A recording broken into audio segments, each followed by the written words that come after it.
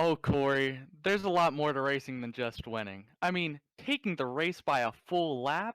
Where's the entertainment in that? I just wanted to give the folks a little sizzle. Am I sorry I didn't have a crew chief? No, I'm not, because I'm a one-man show. Derek Myers, the teammate of Gerald West. Oh, and the 98 of Jerry Glenn's just gone round. I think that was off the bumper of Logan Lansford. And that is going to give the advantage to Gerald West here on the outside line. But can they hold it? That is the question. Did they make their move too soon? Thomas Harmon sitting there just in behind them. He moves up. Derek blocks. He moves down. Derek blocks again. And we have contact. Derek Myers goes round. The win is going to Thomas Harmon. Thomas Harmon wins this race. P2 goes to Brian Harris. P3 to Logan Lansford. What an incredible... Because here is Brian Chambliss. He's going to celebrate his win here at Michigan. He's going to do it in style with the burnout. Oh, Sturgill sliding in to celebrate as well. Alright guys, with that, we're going to go to a quick...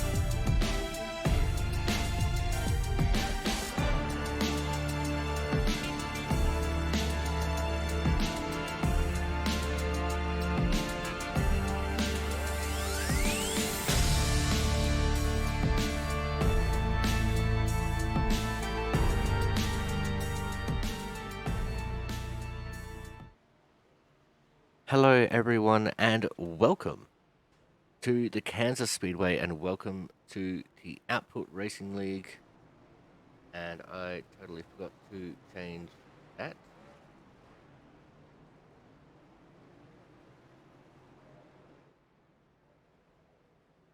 Give me a quick second.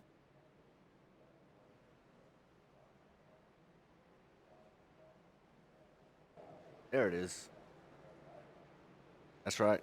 We are here for the Stone Shield 150 All the cars are on the track already, getting ready for a pit party here. Everyone just trying to sort out their positions as we are all getting ready.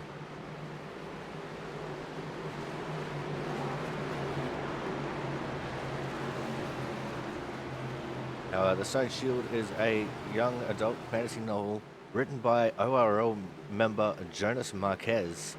Find out more about the book at www.jonasmarquez.com.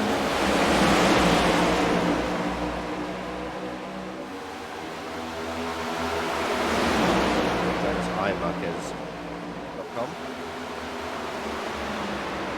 Let's see if I get these sponsors right. Oh, around goes the 64 of Jonas Marquez. Oh, the one. Brandon Bennett's also gone. Two of Chris Champeau. Get a 38. Thomas Harmon. Lots of people going in that one. Bring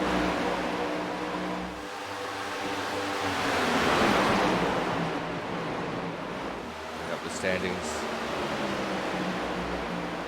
We have 25 cars to take on the racing action here tonight. And so far, 33 of Matt Horton is the one on top of the totem pole. Got Kyle Kraus in second, Thomas Harmon third, got Robert DeWall fourth, and Jonathan Hernandez in fifth.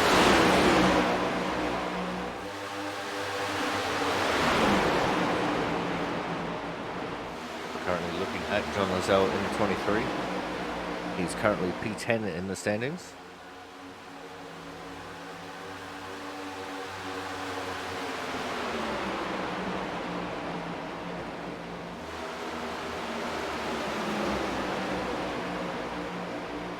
Got Frank Isaacson there as well. Jonathan Hernandez just up ahead. Jonathan Hernandez has been gone for what seems like 6 months. Been hanging out in England. I'll just turn those engines down a little bit so you can hear me a little bit better. And around goes Kyle Kraus and TJ Crampton. Kraus making it all the way to the infield wall. And if this was real life, that would be probably a concussion, because that was a very solid rear end hit.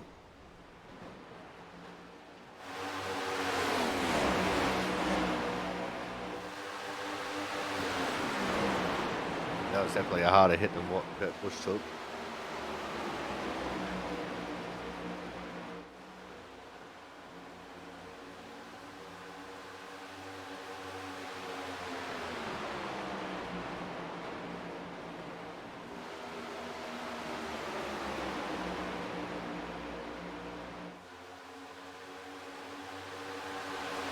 Oh, there goes the 3 of Paul Cox, sprinting in the background. He's currently P9 in the standings. Oh, as Thomas Harmon just misses him on the apron.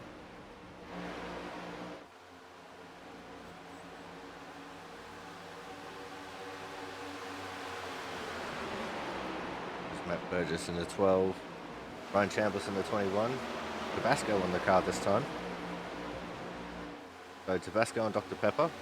Pretty damn good combination.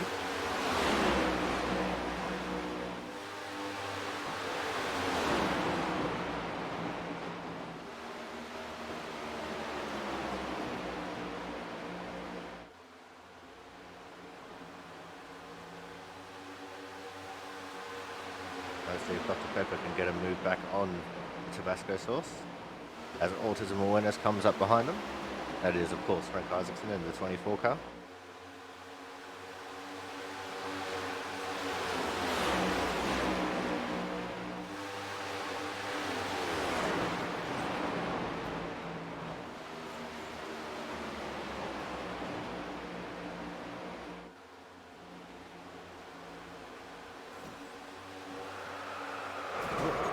And there's a crash.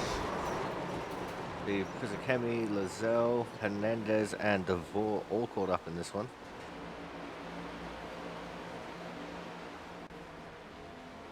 And 3 of them were pointing the wrong way.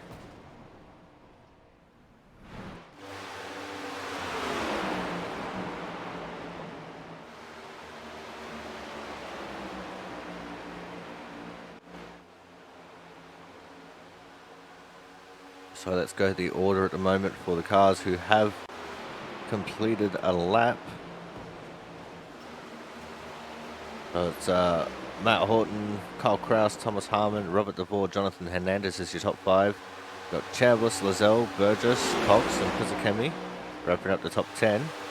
Cranton, Slama, Niederhelm, Marquez, Champeau, Woods, Massio, Bennett, Isaacson, Williamson, and then Watson and Harris, the last 2 at the moment who have completed laps. We've got 3 cars that we're still waiting on lap times from. So we'll just have to wait for them.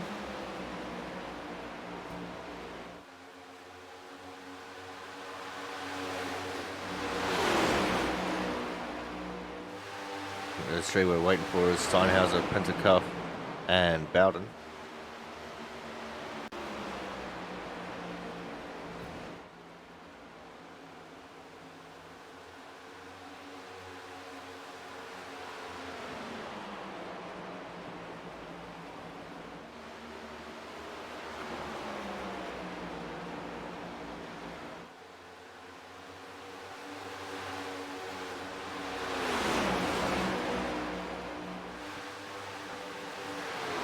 Looking at Cole Woods, trying to make a move on Brian Harris. It seems to be the inside line is the place to be. Traditionally, this track is a high groove kind of track. You know, you make all your passes around the outside. But just seems like for this race, it's going to be all inside groove. I don't know how I feel about that.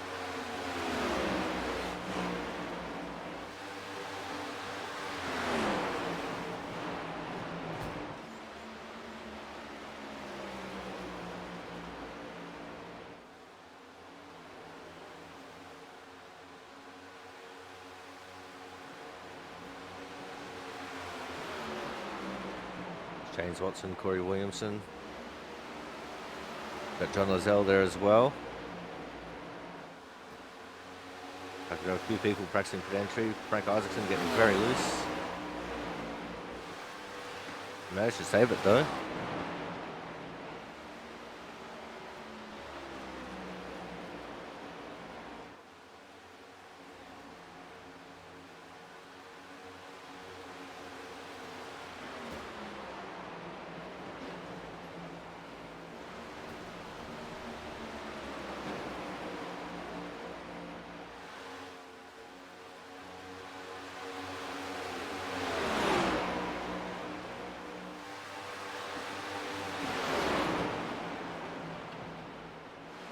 Peter 33, Matt Horton, he's desperately trying to work that outside line in. Same too for the 21 of Brian Chambliss. Both of them trying to see if that high line will work.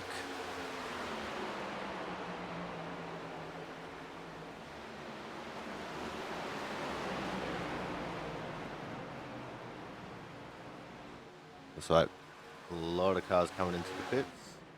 There's 3 of them at least. There's Williamson, Horton, and Woods. They all got themselves lined up nicely. And yeah, indeed, almost everyone is in the pits.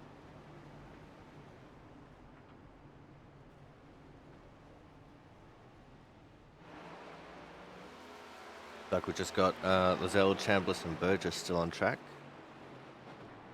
There's Lazelle and Chambliss coming into the pits, just waiting on Burgess.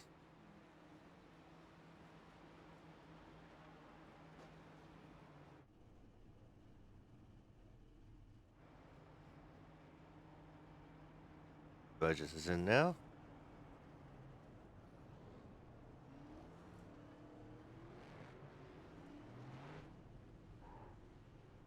Everyone's going to start rolling back out onto the track here shortly.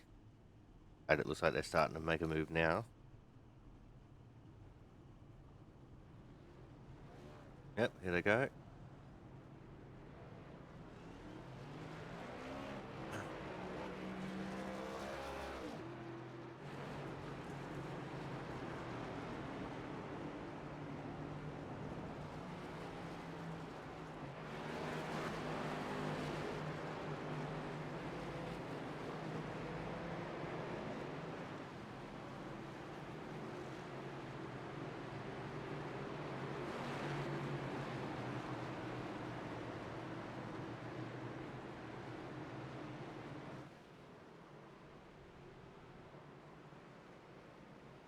Oh, around goes it to Chris Champeau.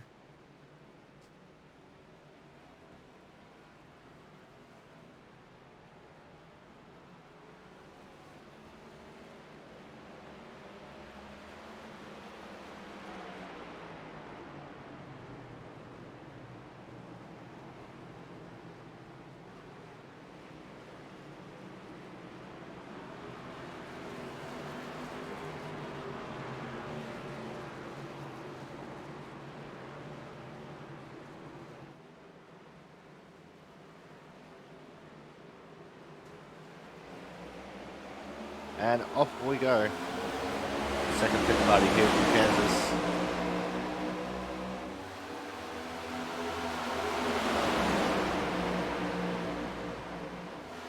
Yeah, most people preferring that lower lane. Which I said for around here is actually quite shocking.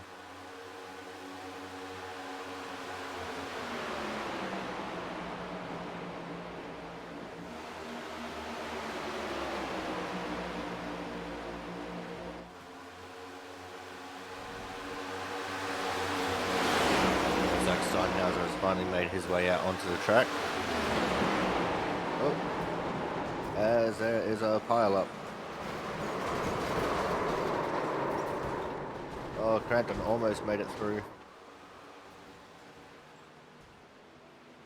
Oh, Steinhauser just goes flying through the smallest of gaps. Have another look at that. Because that was just crazy.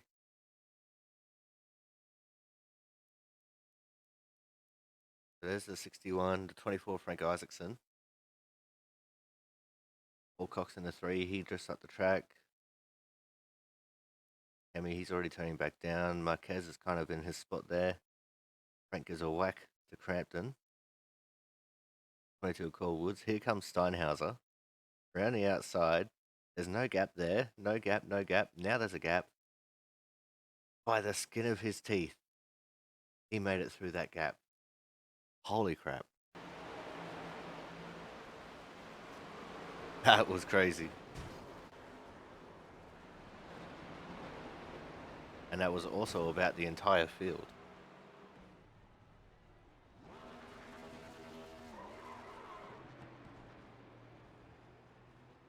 I think we're going to be gearing up for another pit party here.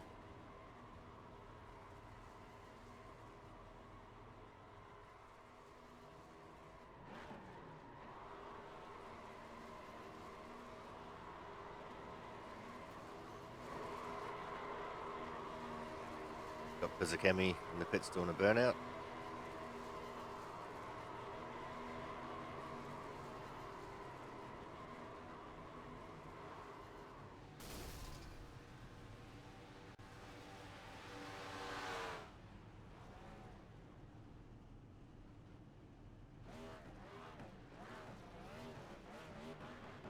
Everyone's starting to get lined up.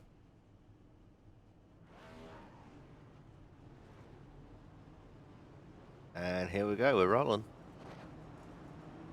Pit party number 3.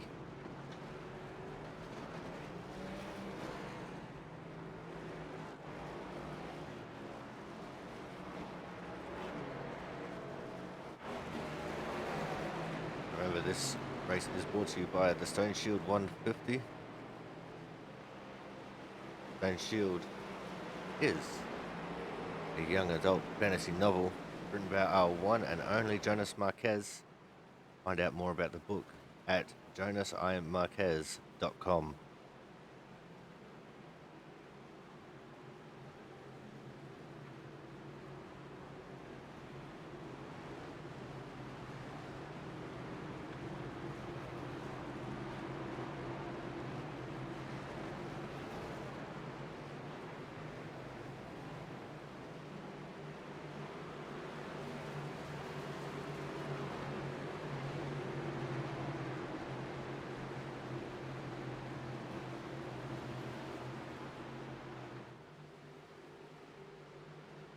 As we come out of turn 4. Here we go, thundering down the main straight.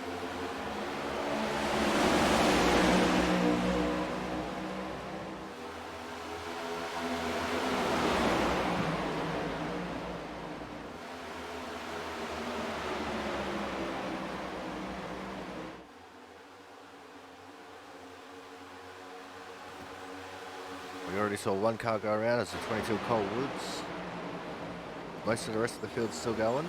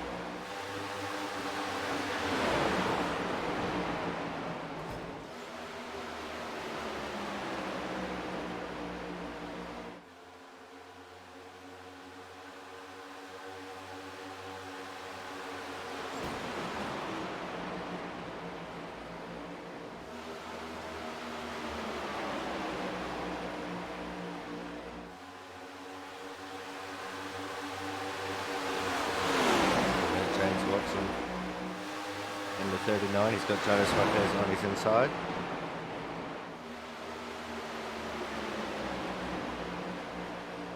Author slash sim racer, Jonas Marquez.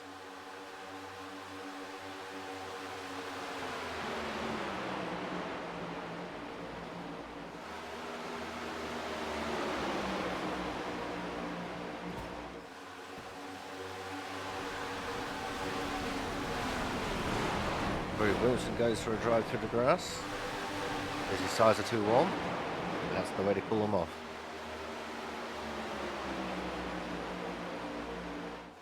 We do have all 25 cars on track right now. Strength of field 24.98 across the 25 cars. And we have just about 7.5 minutes left in practice here.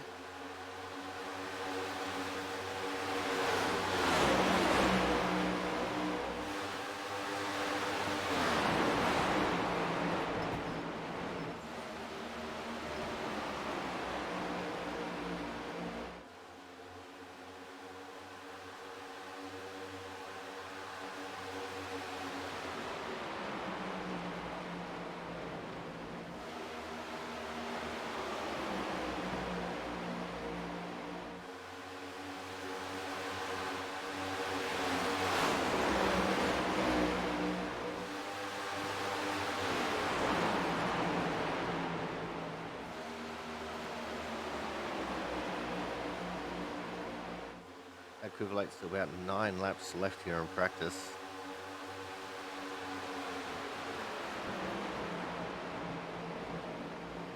We'll say about 10 in the ticker across the top of the screen, but you really got to subtract 1 from it, and that gives you a more fairer idea.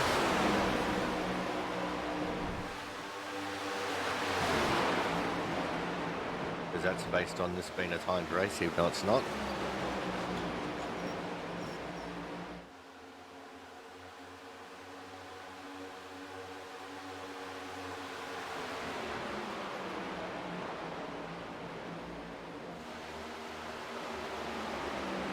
Like we've squeezed enough time out of these guys that we get 1 extra lap.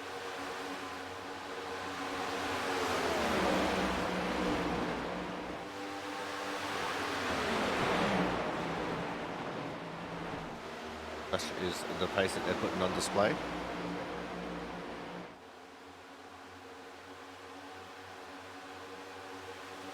With 5.5 minutes left in the practice here. Your top 10 in practice is Horton, Krause, Harmon, DeVore, Hernandez, Chambliss, Lizelle, Slama, Burgess and Cox. As DeVore goes around, Don Lizelle's in the fence, Steinhauser absolutely smashed him.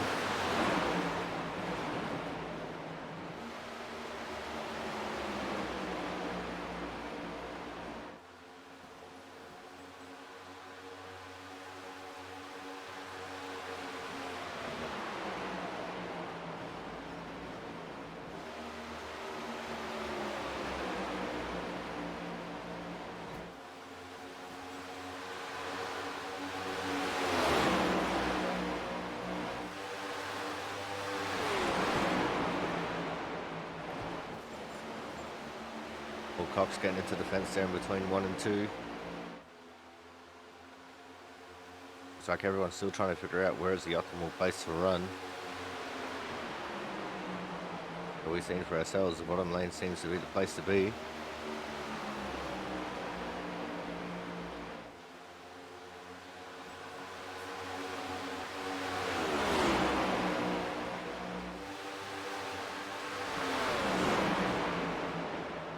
Here comes Jonathan Hernandez up the inside. And he just got around that whole group of cars.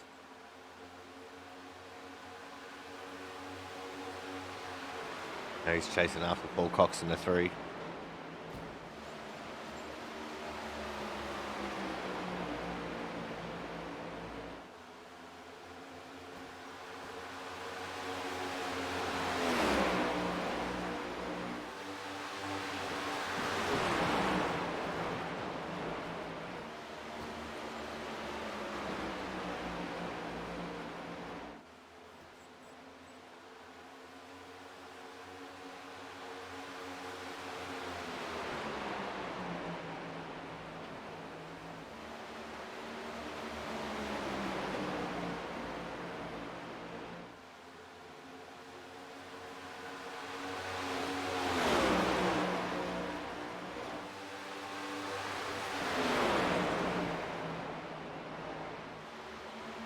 There's the 2 of Christian Poe and the 38 of Thomas Harmon. Behind them, the 64 of Jonas Marquez. Author, publisher, sim racer.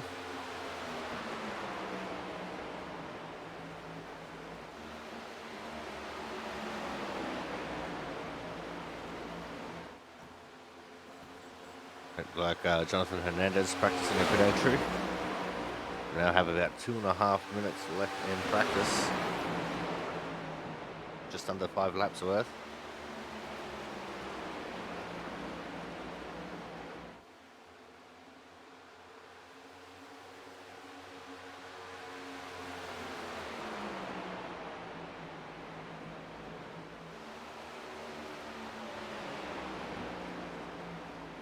Lots of people practicing pit entry.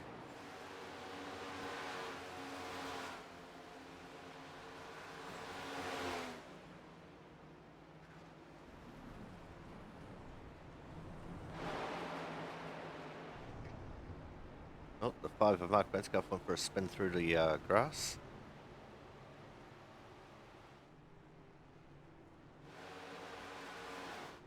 Just a few cars left out on the track. See the 81 of Corey Williamson, the 2 of Chris Champeau, who's coming into the pits, the 8 of Brian Harris, the 24 Frank Isaacson.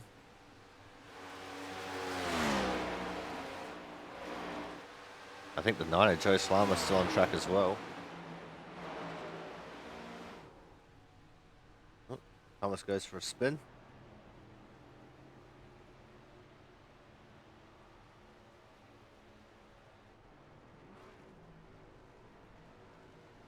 Here comes Adam Bowden out onto the track.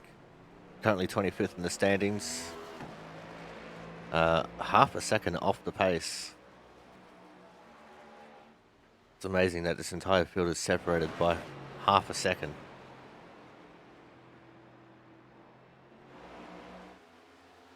In fact, the top 22 separated by less than 3/10.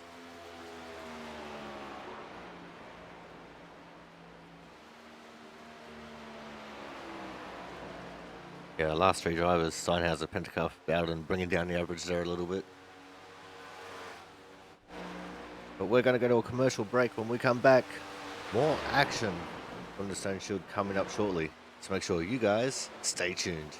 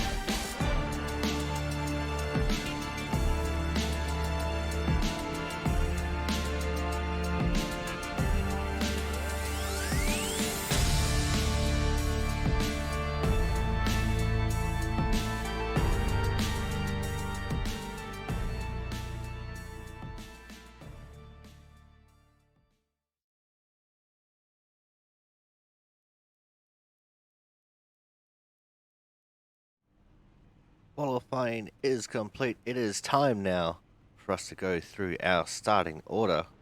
And starting off the pole will be the 38 of Thomas Harmon. Starting out of P2 will be the 9 of Joe Slammer. P3, 61 of TJ Crampton. On his outside will be the 88 of Jonathan Hernandez.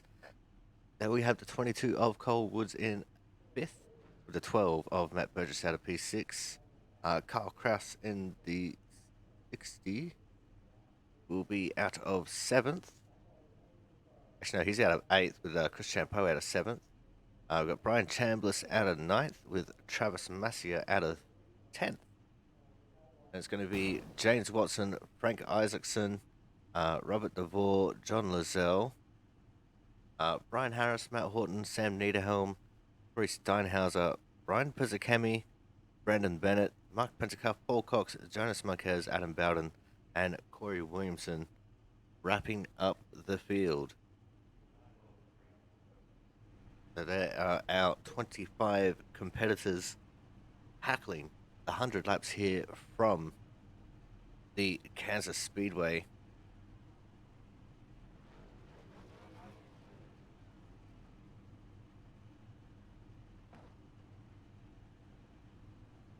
And this is all for the guts and the glory of the Stone Shield 150. Again, this is a story written, or a book written by our one and only Jonas Marquez. Find out more at jonasimarquez.com.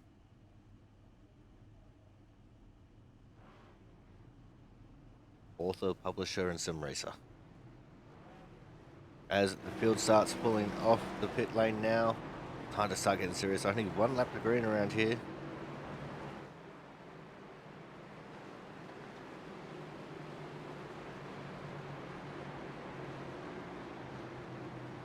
These cars look fantastic around this track.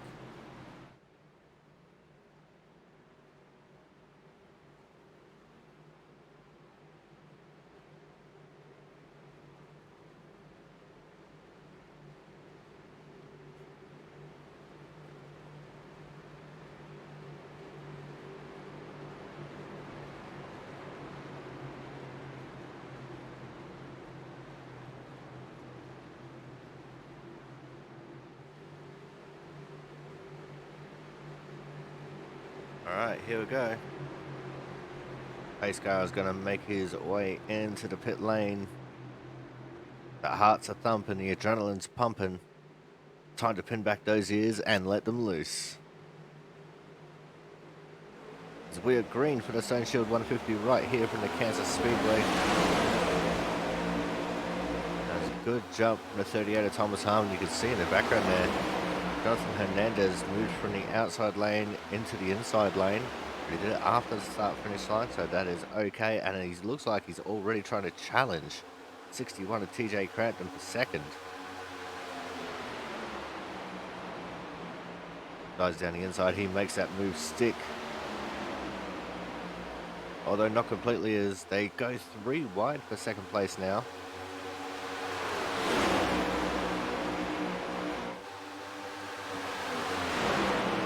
And just like that, TJ Crampton shuffled from second back to fourth. As Joe Slammer got a really good run on the outside line that time. And he's going to shuffle his way into second.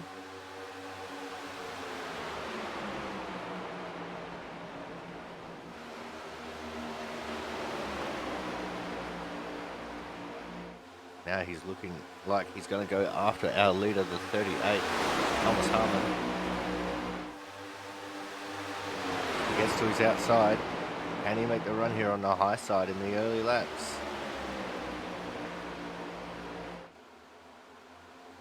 The answer is yes, he can, as Joe Slammer takes the lead of this race.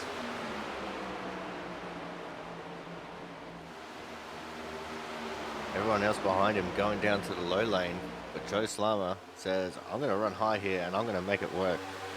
Does it look like we already had some tire tracks through the grass?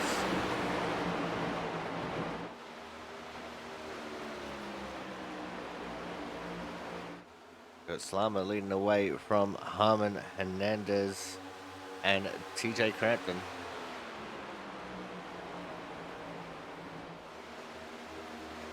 Behind Cranton, it looks like they were battling. They are. To Chris Champeau to 12 with Matt Burgess. Chris Champeau making the outside movers work as well. He moves up into 5th. But back down on that inside lane. Matt Burgess is battling hard, trying to stay in the tyre tracks as TJ Cranton there. Use the draft to his advantage. Although Chris Champeau trying to take 4th away from TJ now.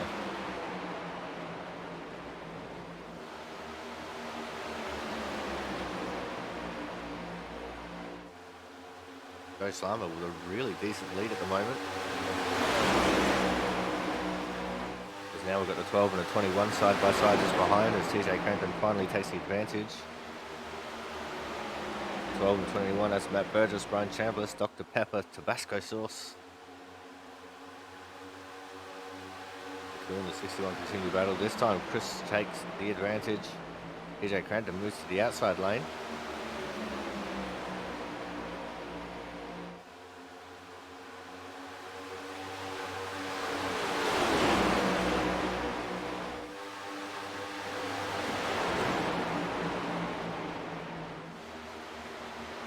And it is on for young and old.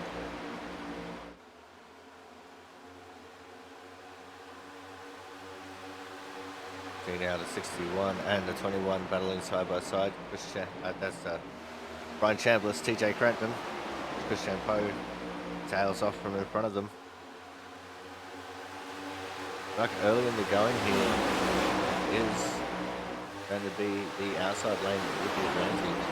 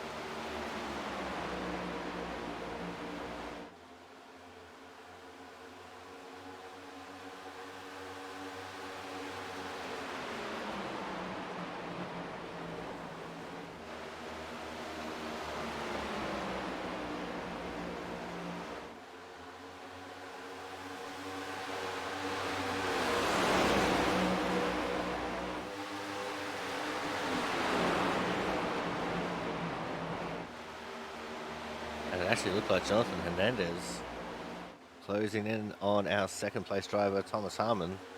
At the same time, Thomas starting to close in on Joe Slammer.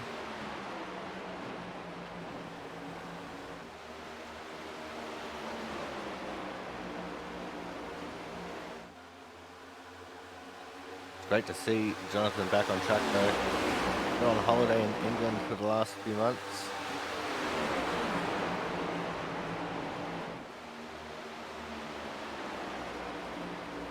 Made him leave halfway through last season. Just a little bit before the playoffs.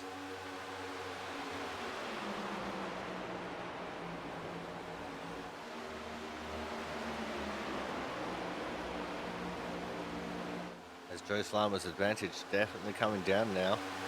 Thomas Harmon right on his tail. Joe Slammer now starts running the low line. Realizes Thomas Harmon's right there. Did it to Chris Champeau, still trying to battle around the outside, gaining the momentum.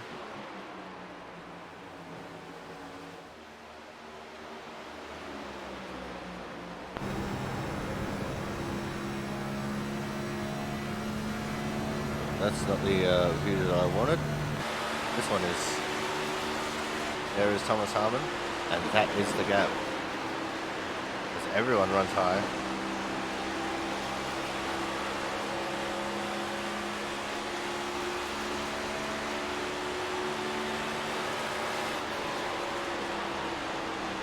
So here we go, the move is on.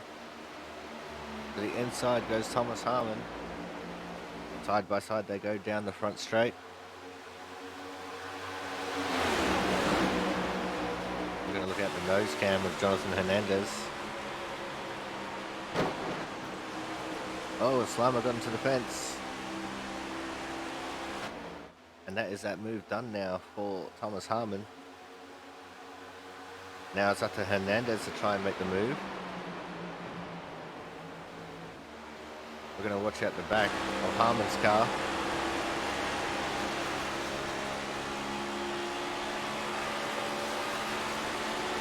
Look at how spread out they get there on the front stretch. Cars taken to the apron.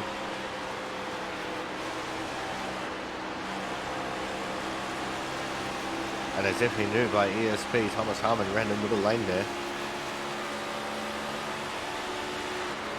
And looks like the 9 of Joe Slama taking the advantage that time.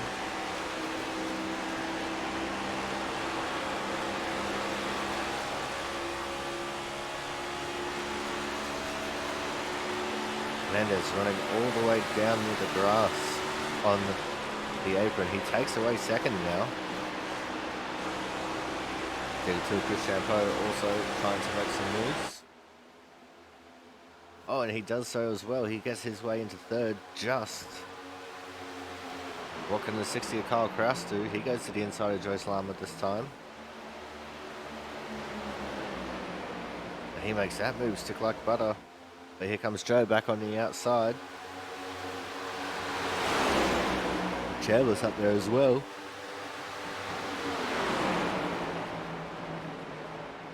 Joe runs inside now to block off from Kraus.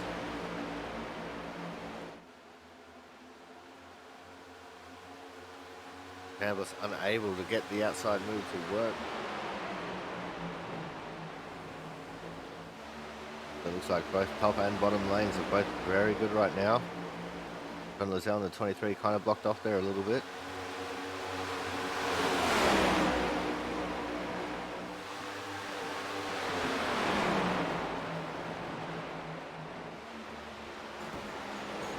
Oh, and John Lozelle's in the fence. Brian Chambliss has made the move for fourth. And Slama falls down to P6 as CJ Crampton gets back around him for fifth.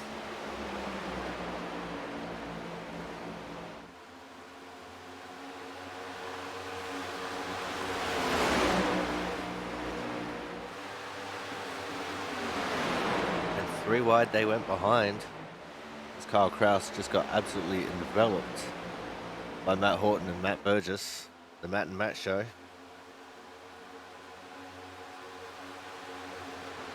Horton takes the advantage over Burgess. Burgess just didn't quite have the legs.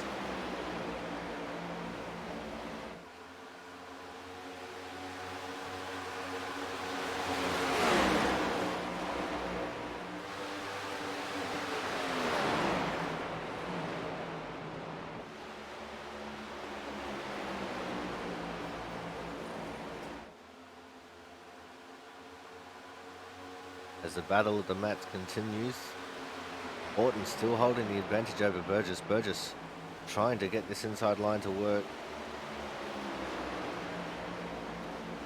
It does work pretty alright in 3 and 4 and going along the front stretch.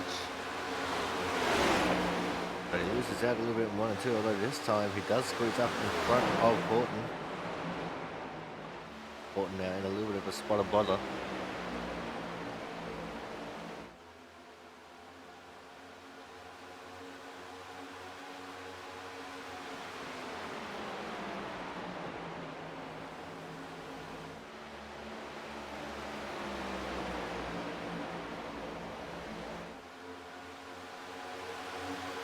Go back in to check on our leader, Thomas Harmon. He's pulled out a little bit of a gap over Jonathan Hernandez. Hernandez trying to initiate that outside line. Chris Champeau is trying to fend off from Brian Chambliss.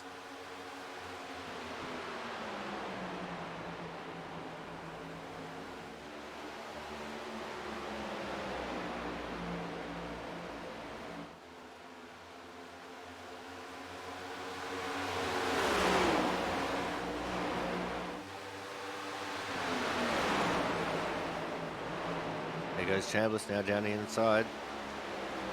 Champeau runs the middle to try and stay out of the draft. Doesn't want to burn up his right front. And that does work out for him. Chambliss now back up the inside once more.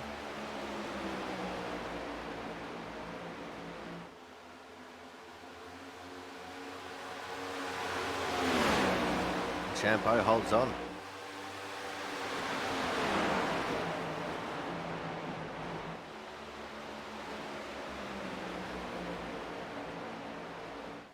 This will probably be one of those battles that never ends.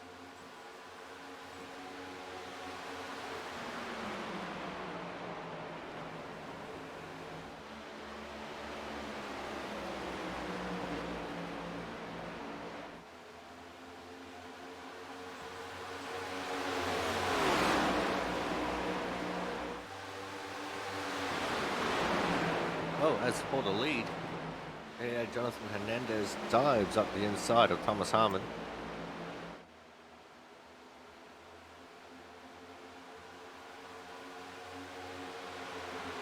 Keep an eye on this battle as the 21 of Brian Champ tries to get underneath Chris Champeau once more.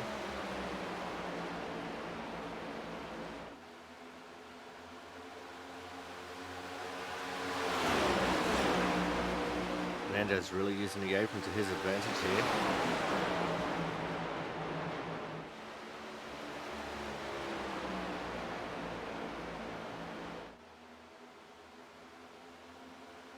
Chambliss makes the move stick on Champeau.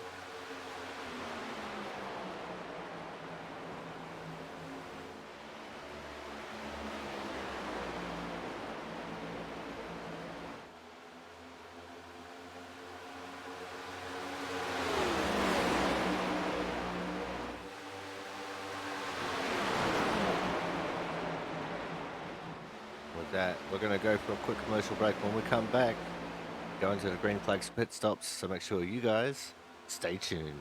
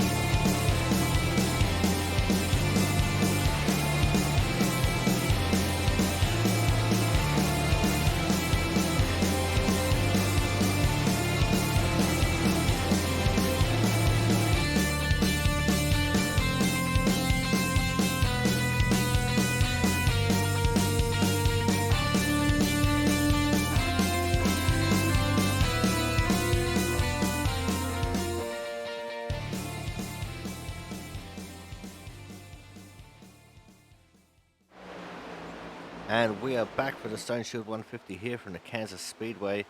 As you can see, Thomas Harmon has a visitor. It's 21 of Brian Chambliss. He's been making his way through the field.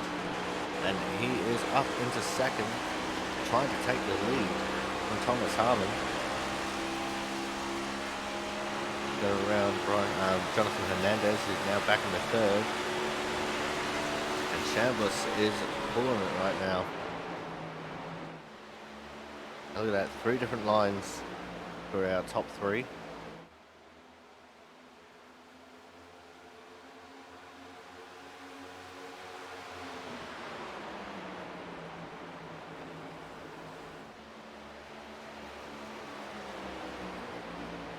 As it looks like there's a sniff of the battle being back on for second. I'm not sure how long this is going to actually last.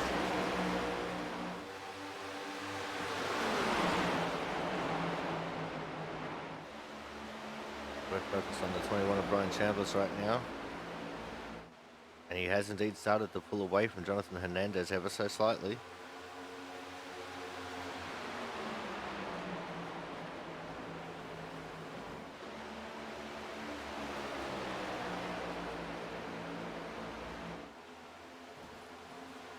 He's definitely running a much lower line than Harmon and Hernandez.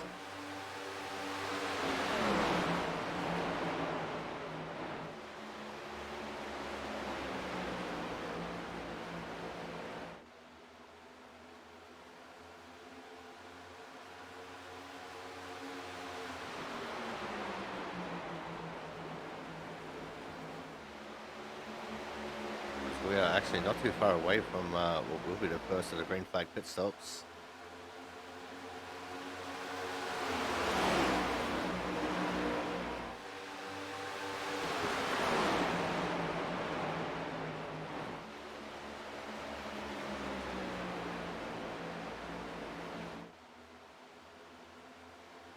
And speaking of, the 5 of Mark Pentecoff comes into the pits. Lap 34.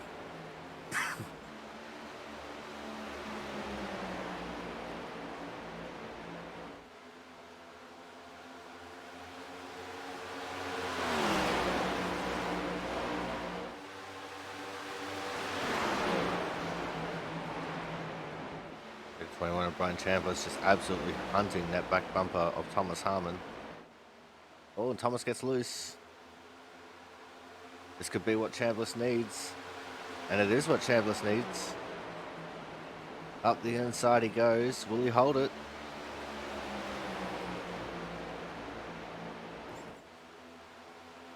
Harmon taps the fence a little bit. And across the line that time, Brian Chambliss was credited as leading the lap.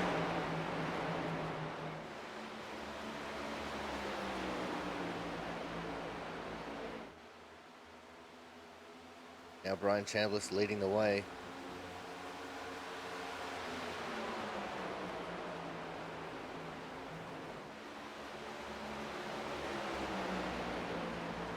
So Thomas Harmon now adopting the low line strategy. The 88 of Jonathan Hernandez still hasn't gotten that in yet.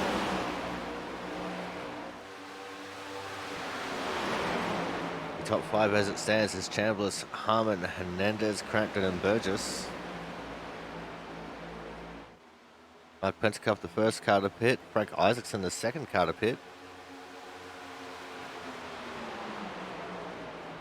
I think Frank might have some big damage. He's been in the pits for nearly a minute.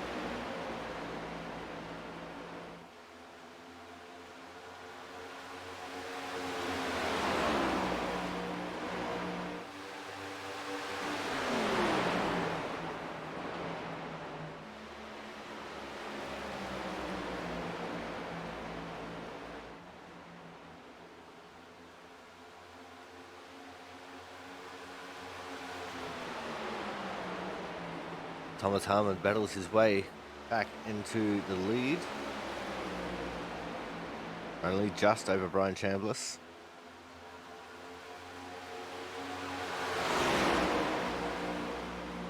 We're just about 12 laps away from these guys hitting the pit stops.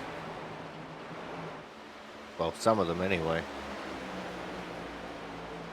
One of Brandon Bennett comes into the pits this time.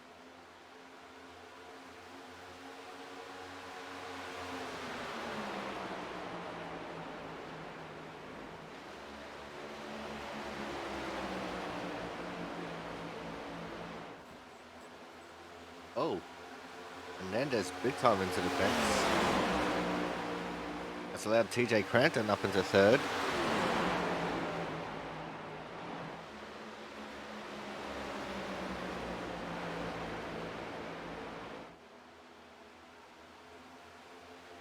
As Hernandez still tries to battle back on the outside.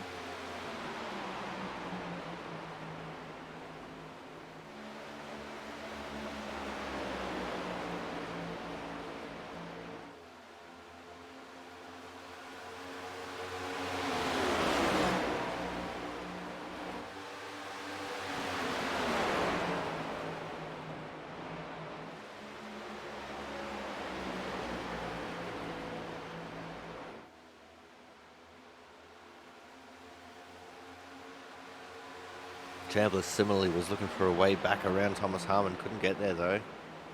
Now here comes the 12 of Matt Burgess. He's looking to the inside of TJ Crampton.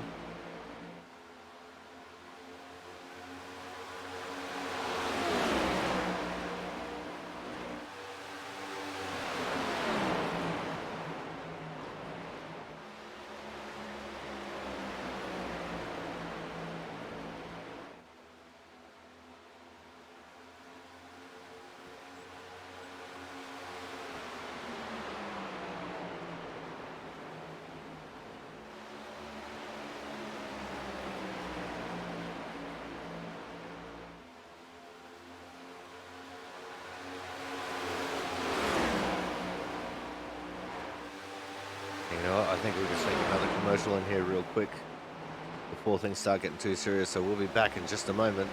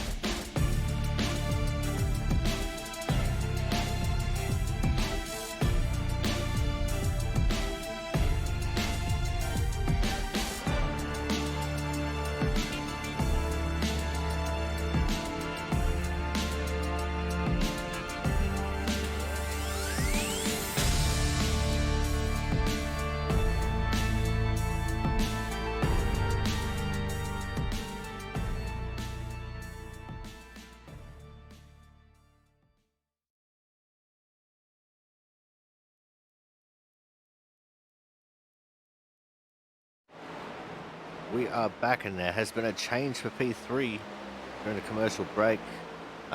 Jonathan Hernandez got into the fence coming out of turn 2, which allowed TJ Carrington and Matt Burgess up his inside. And they've taken over third and fourth. Now they're starting a charge after our leaders. We also had the 33 and Matt Horton come in through the pits. He's back out on track in 24th.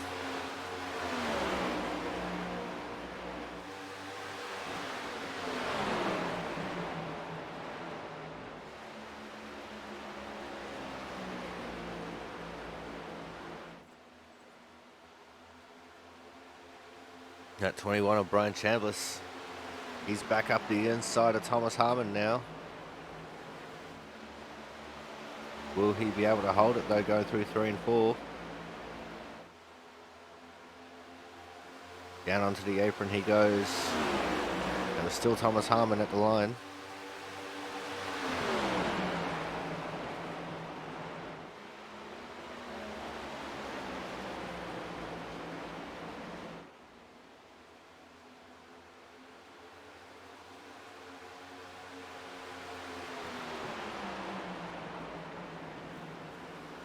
This time it looks like Chambliss is going to have the advantage, and look who was right behind him. TJ Cranton caught right up to these guys. Oh, big loose. Brian Chambliss that time coming across the line. And here comes TJ Cranton now around the outside.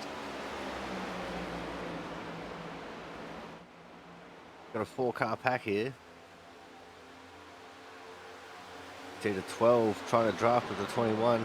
Dr. Pepper and Tabasco trying to work together.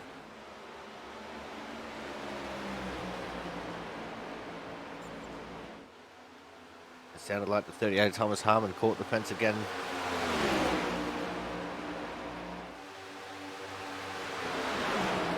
TJ Cranton was scored as P2 that time across the line. He's definitely found something here late in the run.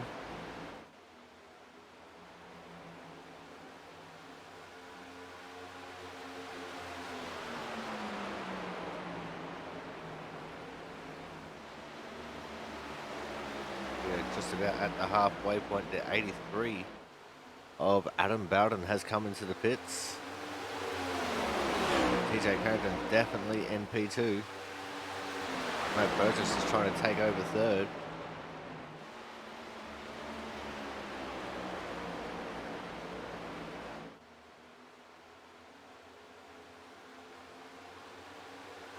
A little bit squiggly there coming along the back straight.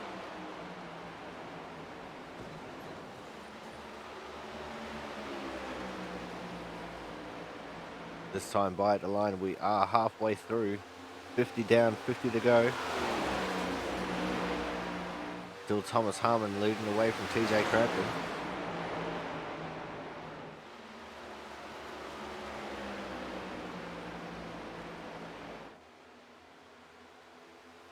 And we've got the 39 and the 65 into the pits this time. James Watson and Corey Steinhauser. That's right, Crampton looking for a way around Thomas Harmon.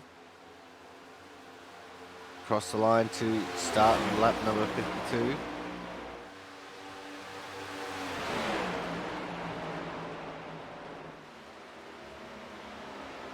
That was a nice move there from Crampton. Oh, but he's loose coming out of 2. Oh, and there's a tap. And around goes to 61. Oh, and that is junked. That car has some big issues. That is going to bring out our first caution of the day. Go back and take another look at that in slow-mo.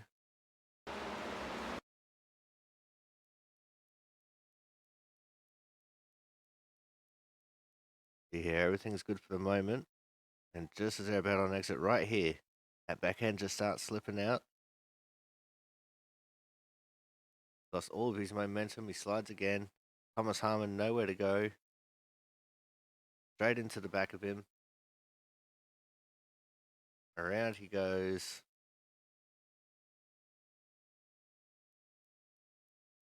TJ Crampton's going to absolutely sideswipe that fence. What happened to Harmon here? Oh, he runs into the 21. And these guys all keep it going. Crampton. As an ouchie. See, his right front and his right rear both heavily damaged there. So he is not going anywhere. With that, we're going to go to another commercial break. When we come back, we'll have our restarts. So make sure you guys stay tuned.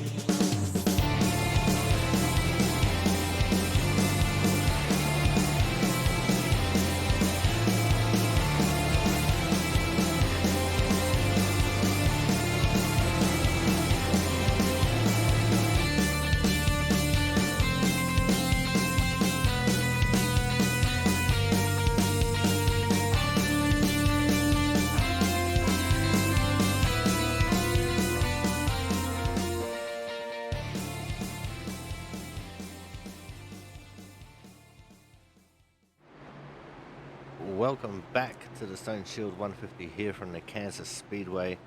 And Jonathan Hernandez has come out of the pits with the lead. Got Matt Burgess, Paul Cox, Travis Massier and Sam Niederhelm wrapping up the top 5. We've got a whole bunch of wave around cars that are about to go around the pace car. As the lights have gone out, we'll go green this time by.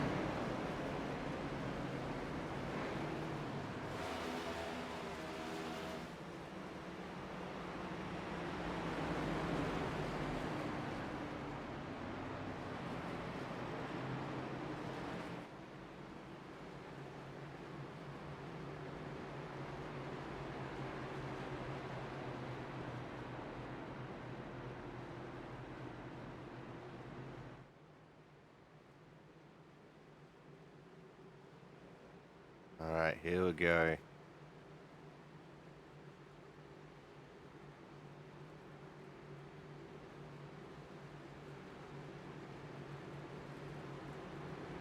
That's Hernandez, Burgess, Cox, Massier, Niederhelm, Woods, Marquez, Williamson, Champo, Salama as your top 10.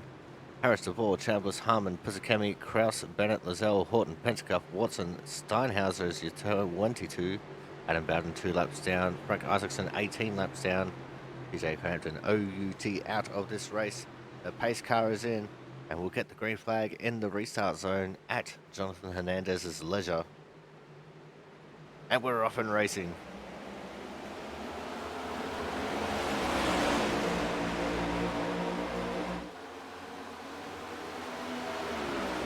And look at that restart that Jonathan Hernandez just got.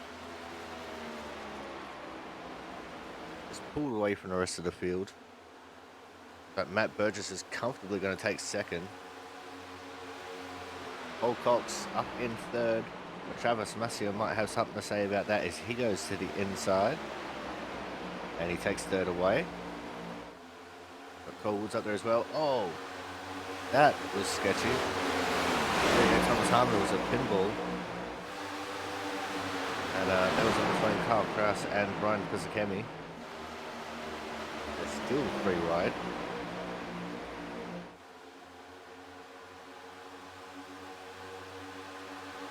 Up ahead you saw the 21 of Brian Chambliss as well, trying to make his way back through the field. These guys are still 3 wide. It's time with Robert DeVore now. And now they break the chain as Brian Pizzacchemi slips back.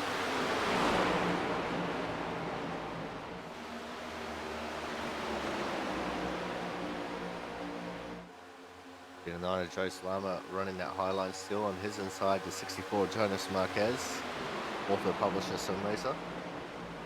Go to jonasimarquez.com. Find out more about the book, The Stone Shield, sponsoring today's race.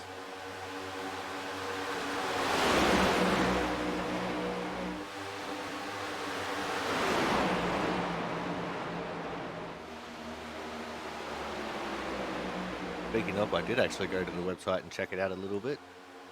There's a nice little blurb up there. Dedication to Jonas's 2 kids.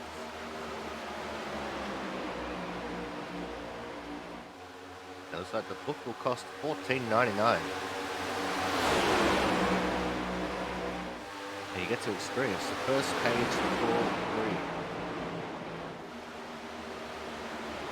So there you go.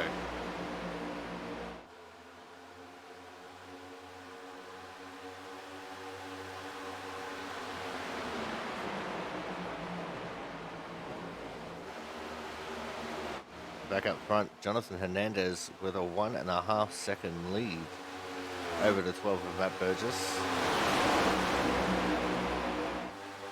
Jonathan will be absolutely cackling to himself about the gap that he's got. You're back there, Thomas Harmon trying to fight his way through. 78 Pizzacchemi to 60 of Kraus is there as well. There's a 21 of Chambliss, 64 of Marquez. 3 wide they go again.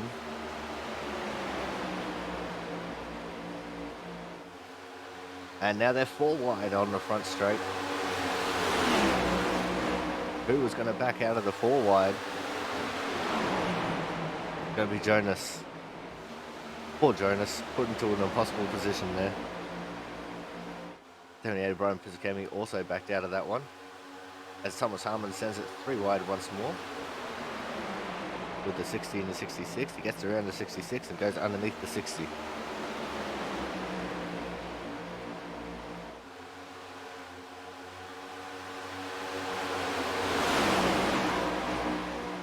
As time is ticking down, there's only 37 laps to go.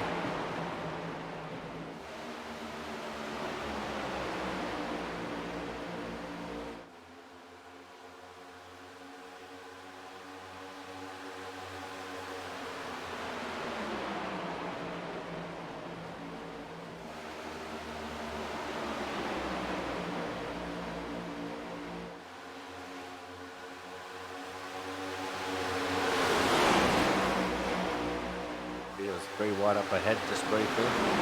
13 Travis Massio just get out of that one. At the 8 and the 9 just in front of Pizzacchemi and Harmon. That's Brian Harris and Joe Slama. Now Harmon sends it 3 wide on those 2. Pizzacchemi now inadvertently a part of the 3 wide as Joe Slama is getting shuffled.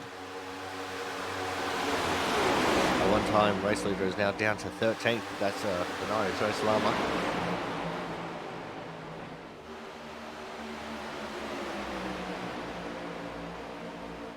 Thomas Harmon now trying to work over the inside of Brian Harris. Couldn't quite get there. Harris using the outside momentum to get around Cole Woods. Colwood's got a little bit squirrely there on entry to 3. Lost a little bit of momentum. Now Thomas Harmon looking to work over Brian Harris and Travis Masia. He looks to the middle, which I thought that Brian Harris had mostly blocked, but I guess not. Oh, and Harris gets into the fence.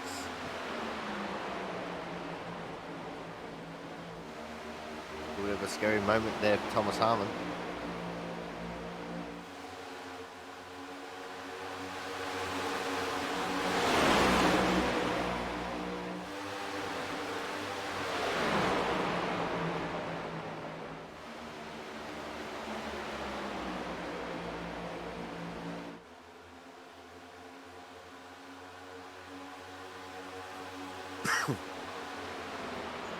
Just so everyone knows, this race is taking place before the effects of the new build come in.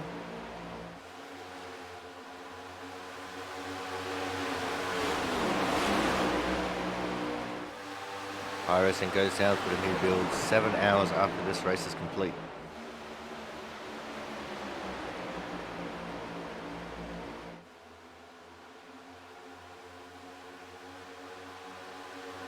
Well, roughly 7 hours anyway. Thomas Harmon still continuing to march his way through the field. He's up in the 9th. After restarting well back in the field. We have a gaggle back there.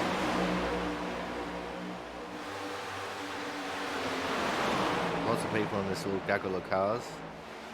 The 22 Cole Woods is right in the middle of it. There's Jonas Marquez, John Lozelle. Brandon Bennett's in this one as well.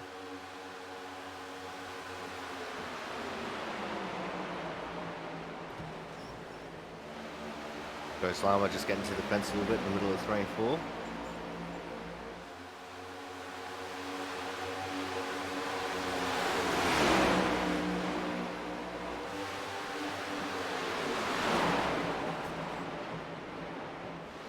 There's someone behind to the fence a little bit there as well. Back up to Thomas Harmon to see his progress. He's in 8th. He's gotten around Travis Masia. And back up to our leader.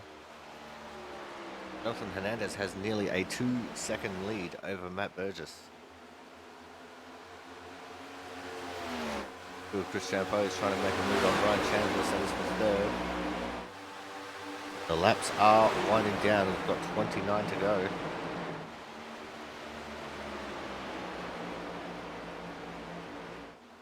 And looks like Chambliss just couldn't quite get that move made this time.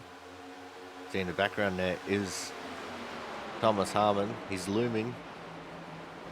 Got the 3 of Paul Cox in here as well. Barry Williamson with a great run up into P6.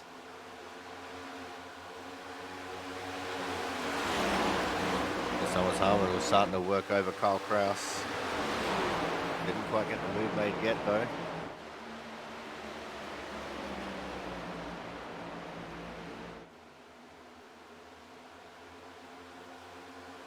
Him in the background there, working the inside line. Gets there this time.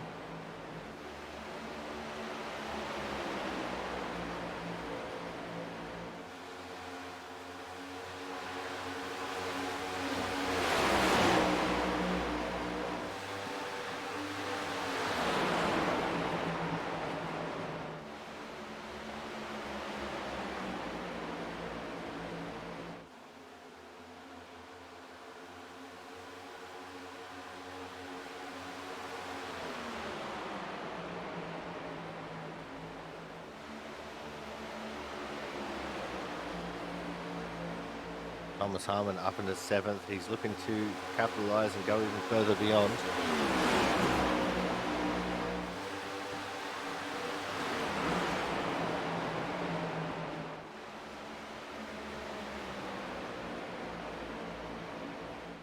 Gap out to Jonathan Hernandez, still huge at the moment. See the 9 of Joe Slama trying to make a move on Kyle Kraus as well. There's an 8 Brian Harris in this battle still as well.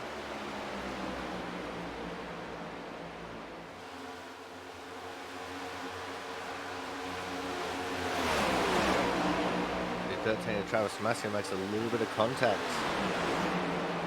Goes with the 8 of Brian Harris.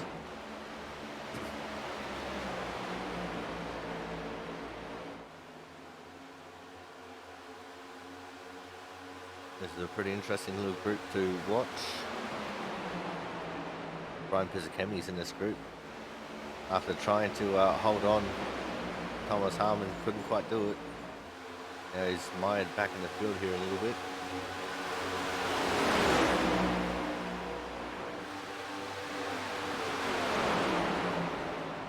John Lozelle goes up the inside of Brian Harris.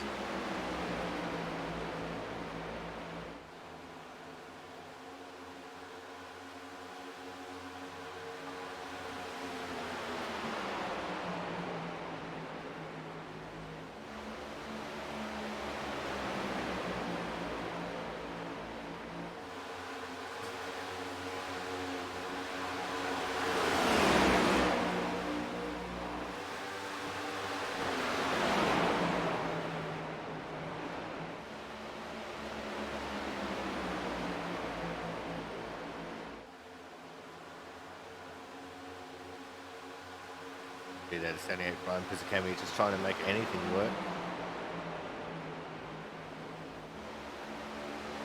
He's been outside, inside, through the middle. Couldn't get anything to work for him.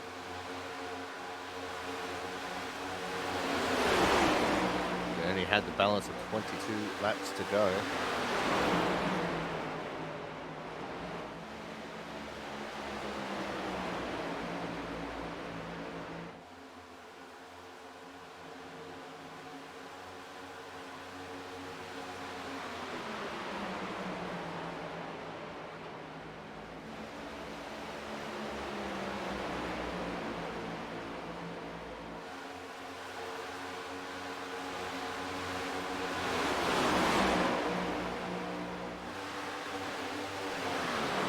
Brian Harris still fighting around the outside of John Lozelle. Oh, I just saw Joe Slammer up ahead of them. Hit the wall a little bit coming through 1 and 2.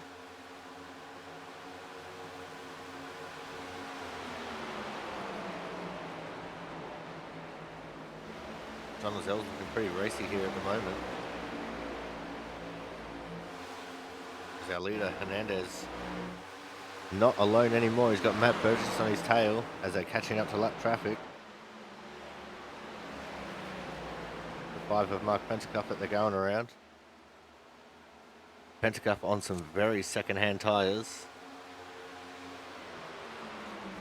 First one to pit under green earlier on lap 34.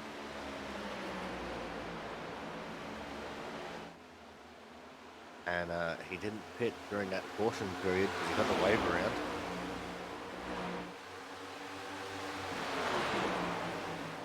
Burgess right on the tail of Hernandez now.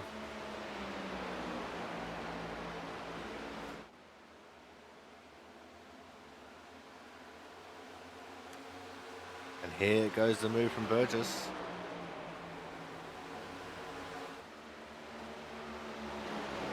This is where we'll see outside or inside which lane has the advantage. Definitely on exit. Outside lane is the king. But we already knew that.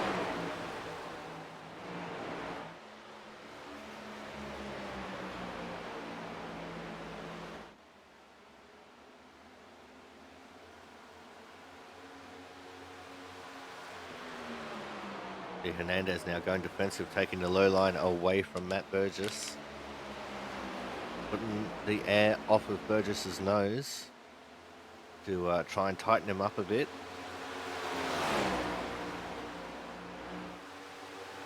Burgess ran through the clean air on the pit straight. Now Burgess goes to the middle, just trying to try something different.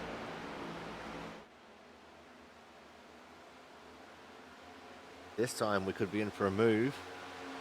To the inside he goes in 3. Hernandez leaves him all the room.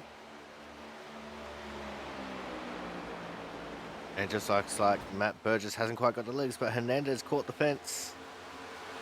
You just saw the 3 of Paul Cox also catch the fence. Matt Burgess is now a serious contender to take over the lead here. And he's done so coming off of turn 2. He's cleared. Slides up in front of Jonathan Hernandez.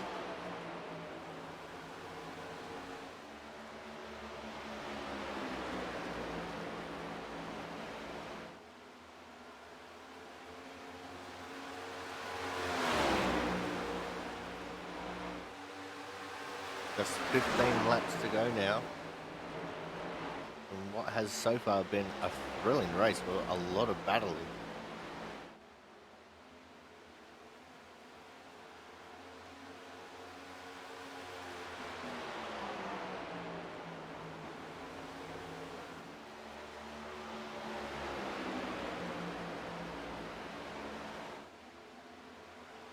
Looks like TJ Crampton has made it back out onto the track,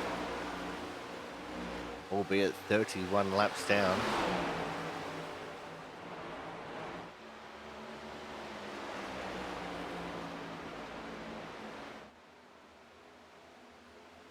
I think there's a little bit more battling going on towards the back here a little bit. The 8, Brian Harris, has been steadily losing positions. He's been overtaken by Travis Masia for 11th.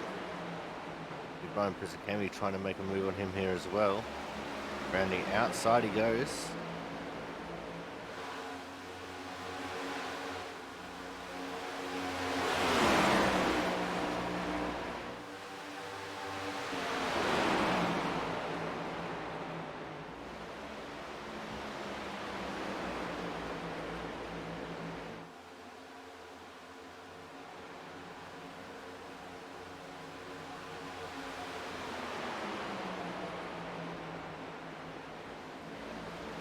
Now here comes the 66 of Sam Niederhelm also. The inside of Travis Masia goes Brian Pizzicami. And the two Bryans with a Y have been absolutely smashed by the Brian with an I, who was up in the 3rd.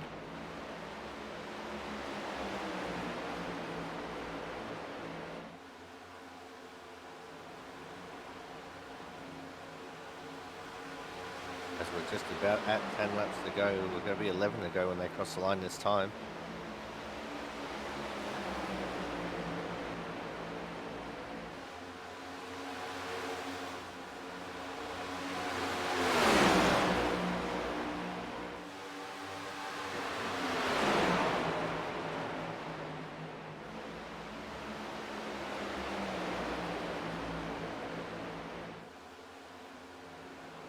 Look at that side-by-side battling. Brian Harris and Brian Pizzicami. Sam Niederholm and Robert DeVore behind as well. The 6th and the 66 battling side-by-side. Put them together and you got 666. 10 to go.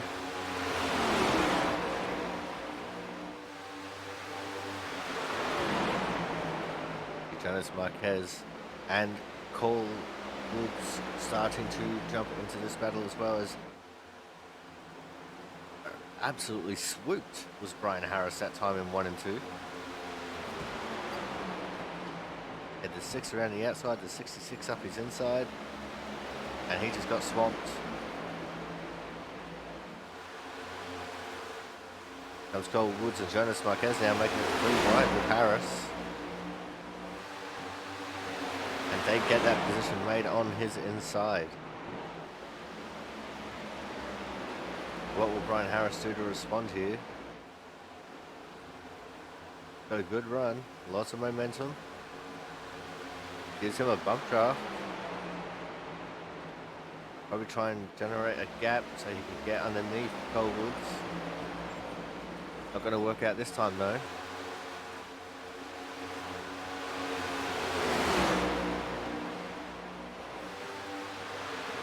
Brandon Bennett can't do anything with his run.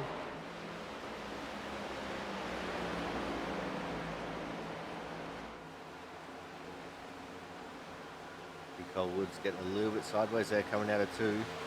Brandon Bennett gets up to the inside of Brian Harris. 3 wide ahead they go of Cole Woods, Robert DeVore and Jonas Marquez. Woods with a terrible run out of turn 4, got a little bit of a tap from Harris that time. Up the inside goes Grant, and Bennett takes both of them.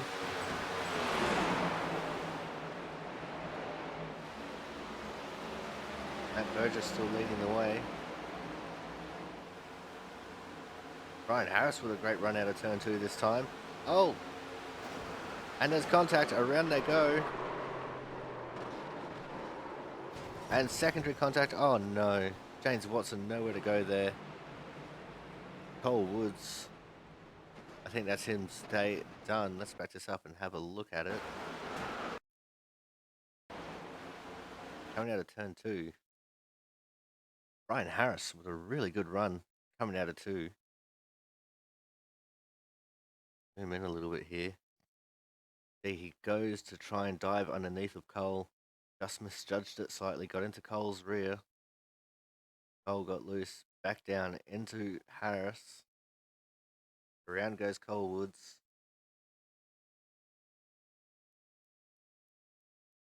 Cole nowhere to go at the moment. Got the brakes locked. Sliding back up the track.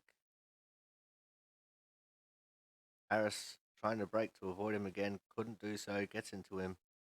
And James Watson, absolutely nowhere to go. Lifts the rear tyres off that car. And that's going to be heavy damage for both the 39 and 22. Like everyone else managed to escape around it. We're going to go to another commercial break. When we come back, we'll have what will hopefully be our final restart. So make sure you guys stay tuned.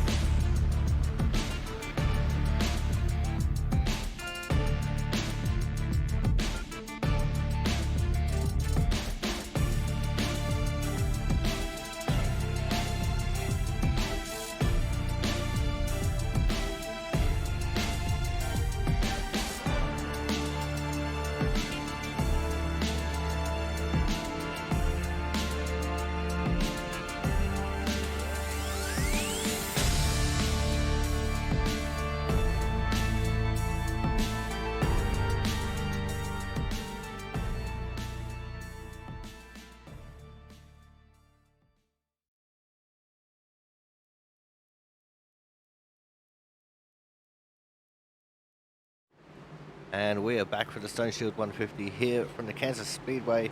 We're already on 1 to green. Kyle Kraus only took 2 tyres in that stop. He's up at the front. Matt Burgess will be restarting P2. Got Hernandez restarting 3rd with the 21. O'Brien Chambliss from 4th. That is how things are going to be here for this restart.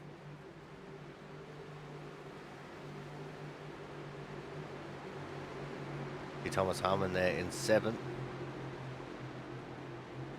But let's see the kind of restart here that Kyle Kraus is going to get. He's up the front. Let's see what he can do.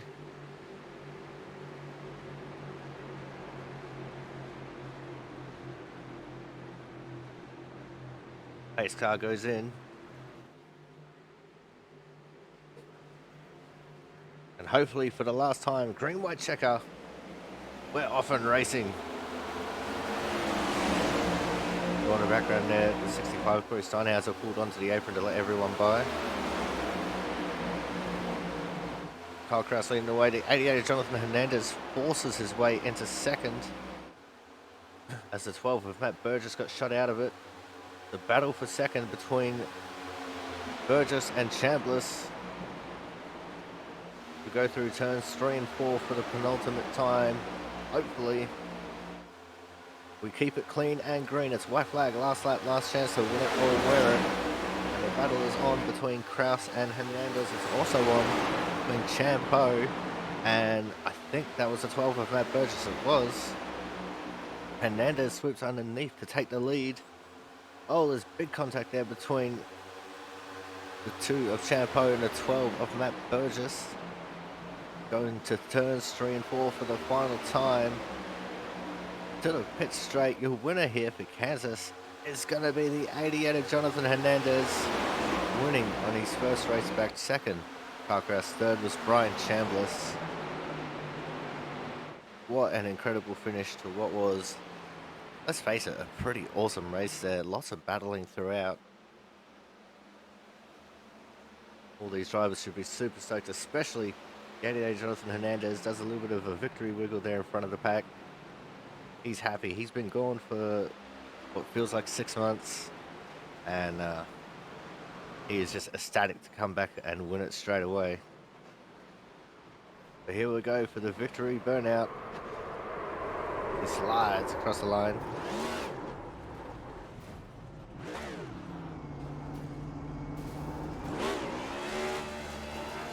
There we go. Fred the Flag Marshal still waving vigorously. With that, we're going to go to commercial break. When we come back, we'll have driver interviews. So make sure you guys stay tuned.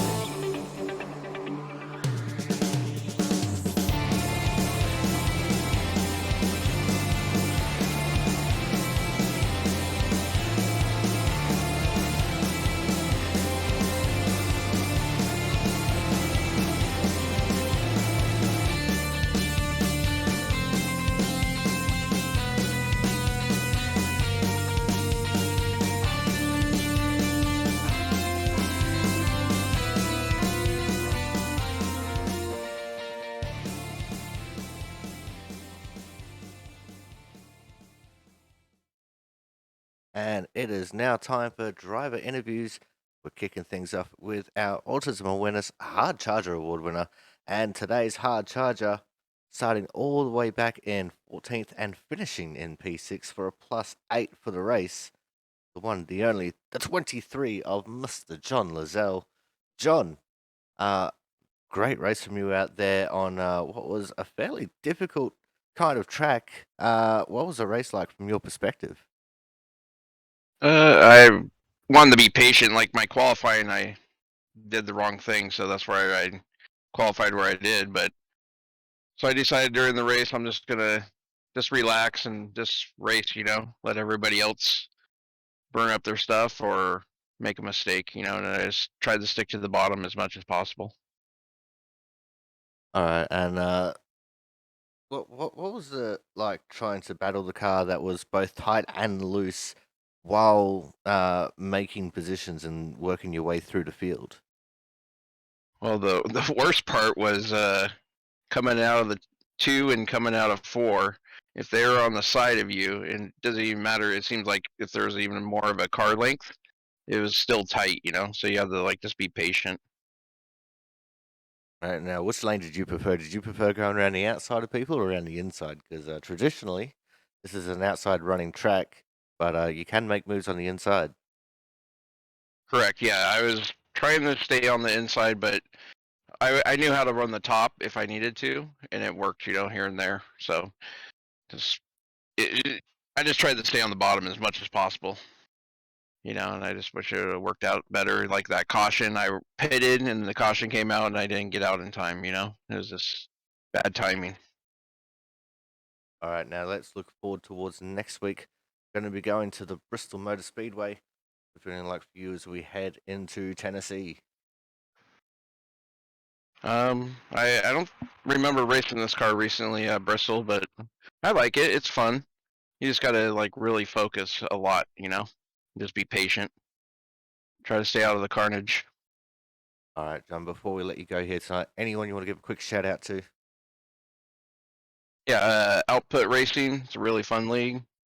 Uh, your YouTube channel and Twitch channel, Aussie Sim Communicator, and my daughter Scarlett. All right. Thank you very much for coming out, John, and we look forward to seeing you next week at Bristol. All right, you have a good night there, Corey. All right, guys. That was our Hard Charger Award winner. We'll let him have a pass on getting the name wrong, but yeah, he'll get there. That was the 23 of John Lazelle. Coming up next, we are going to have our third place getter. And tonight's third place getter is the one Brian Chambliss. Brian, great race from you out there. P3 and what was a bit of a weird race there, especially, with that crash happening just before a lot of people went for green flag pit stops.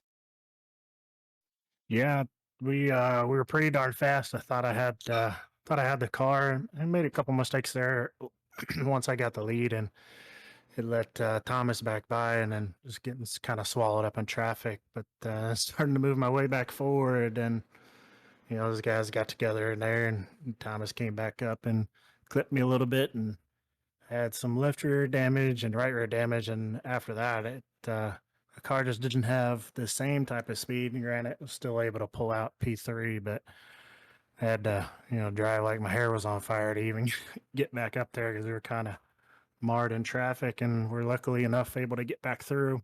But most of the race for me was just trying to manage the heat in the right rear. I knew this car's pretty more sensitive to the heat than it is tire wear.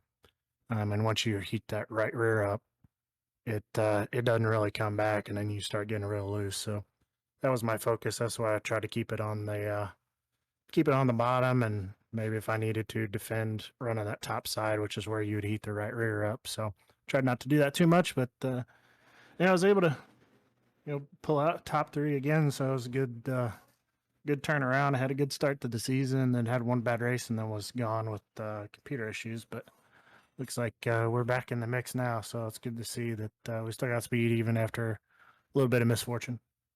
Definitely glad to see you back. It's been quite a few weeks since we last seen you out on track, so it's always great to have you out there, and especially when you're running well, because when you're running well, you are championship contenders, and it's great to see you just going out and having fun and doing well.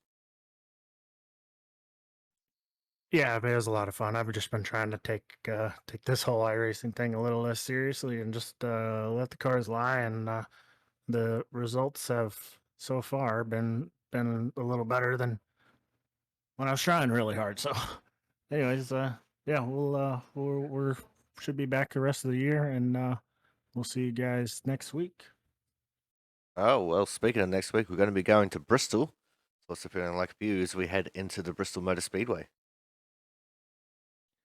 Well, that's just gonna be survive. I think this league is always known for a long run, so hopefully we get one of those, and it's always fun doing some green flag pit stops at Bristol. So hopefully we get that, but it's just making sure you get your car in the right spot and avoiding some mayhem. It typically works out if you're up towards the front, you can stay out of the mayhem, but at Bristol, sometimes when you run out front, you find the mayhem because you catch back up to it. So we'll, just try to keep our nose clean and let the cards fall where they lie.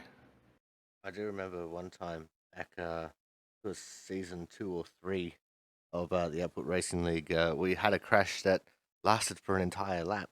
Someone just narrowly escaped the crash and came back around and found the crash again. So anything can and will happen at Bristol, which definitely throws a bit of a wild card into the mix.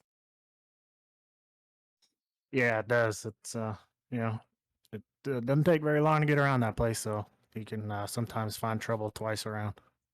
All right, well, before we let you go here tonight, Brian, anyone you want to give a quick shout out to?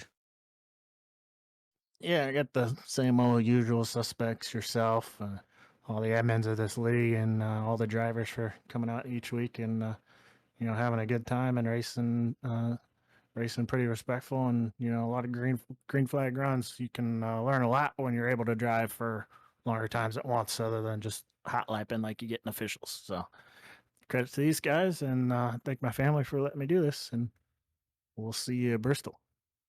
All right. Well, thank you very much for coming out. We look forward to seeing what you can do out at Bristol.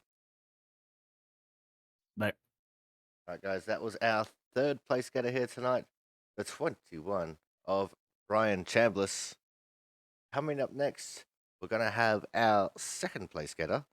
And tonight's second place getter is going to be the 60 of Kyle Kraus. Kyle, excellent result for what was a fairly difficult kind of race, trying to balance the tight and the looseness of the car. It's okay, Corey. You can say I was mediocre. Oh, you weren't that mediocre. Come on, it's P2 after all. Hey, I was fighting as hard as I could for 10th place, and I was gonna be happy with the top 10. And then when the caution came out, I was like, oh, this is gonna be interesting. And it definitely was interesting. What was the strategy coming into that final caution, and just trying to figure out what to do to get to the front?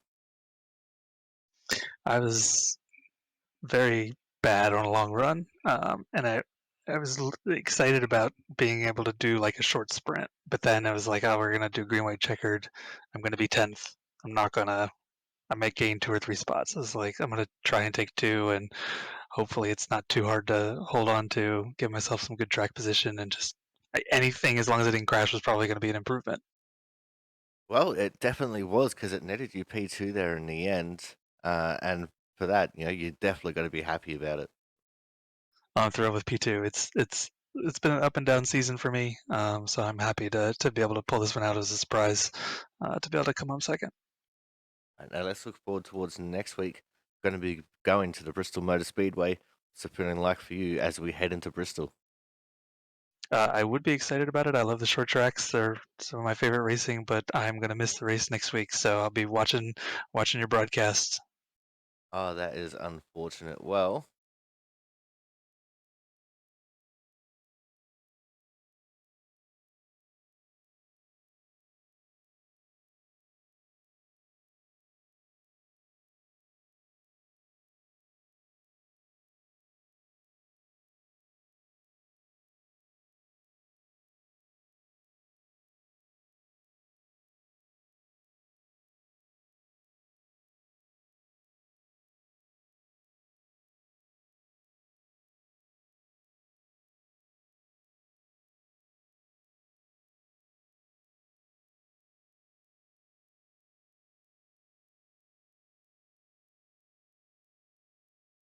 I just realized I was on the wrong scene there. I don't know how it ended up going to there, but wow. But anyway, coming up next, he's been gone for 6 months. He's back, and he's back with a vengeance. And it's great to see him back. Of course, it is the 88 of Jonathan Hernandez. Jonathan, what a way to come back, coming back with a win. First off, 6 months. It felt like 6 months with y'all. Y'all couldn't get enough of me. No. I'm honestly shocked still that I won it. I honestly, coming into the race, I was just expecting maybe top 10 because I haven't had too much time with the next gen with all the recent updates. And qualified well, practiced well. So going into the race, we had a strong rat race throughout the night. We, of course, avoided the collision with TJ there, and had a great pit stop. Honestly, that under that caution, what gave us the lead. Uh, honestly, I'm shocked that I actually won it. I mean, I'm not that overly shocked because you've always been one of the drivers that has been on the pace. And, after that first caution, you pulled away from the field like they were nothing. Yeah, I conserved my tires because I knew that it's kind of rare for us to get multiple cautions at Kansas.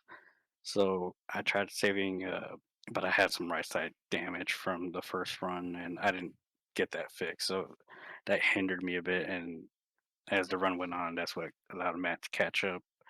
I saved my right side as well, percentage wise and wear wise. It was looking great when we pitted on that final caution. But it was just that damage was hindering me a bit.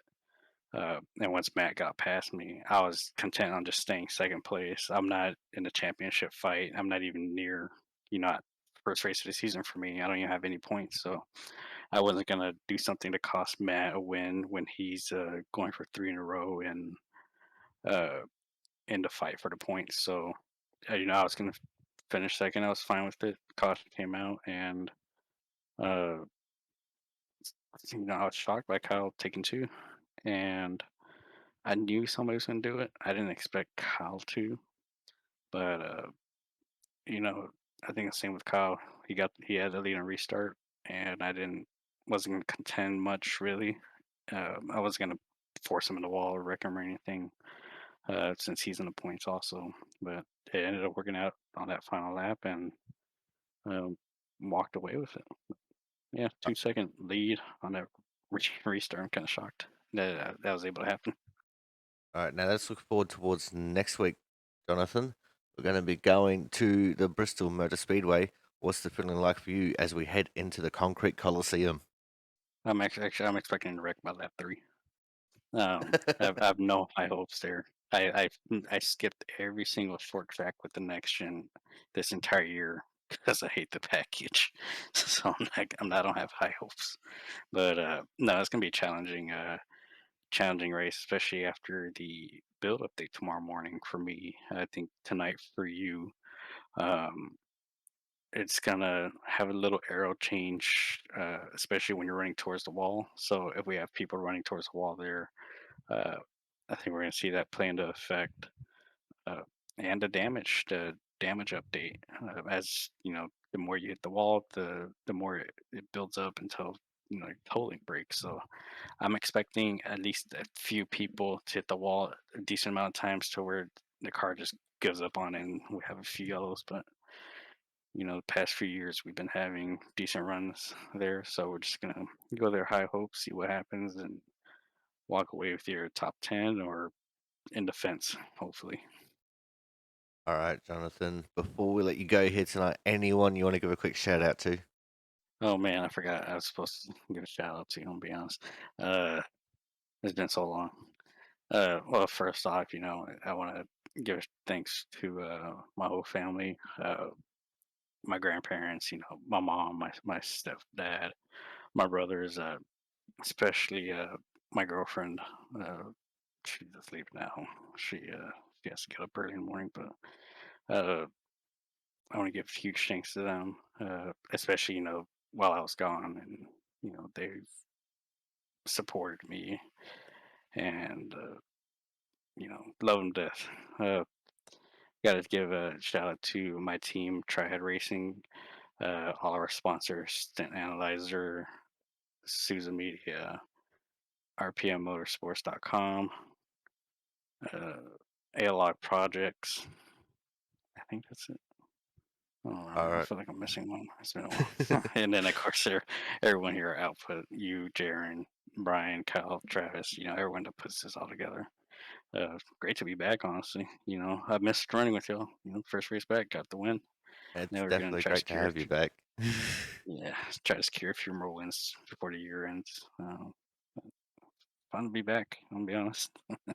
Well, if anyone's going to start racking up the wins, it's definitely going to be between you and Thomas. But we're definitely glad to have you back.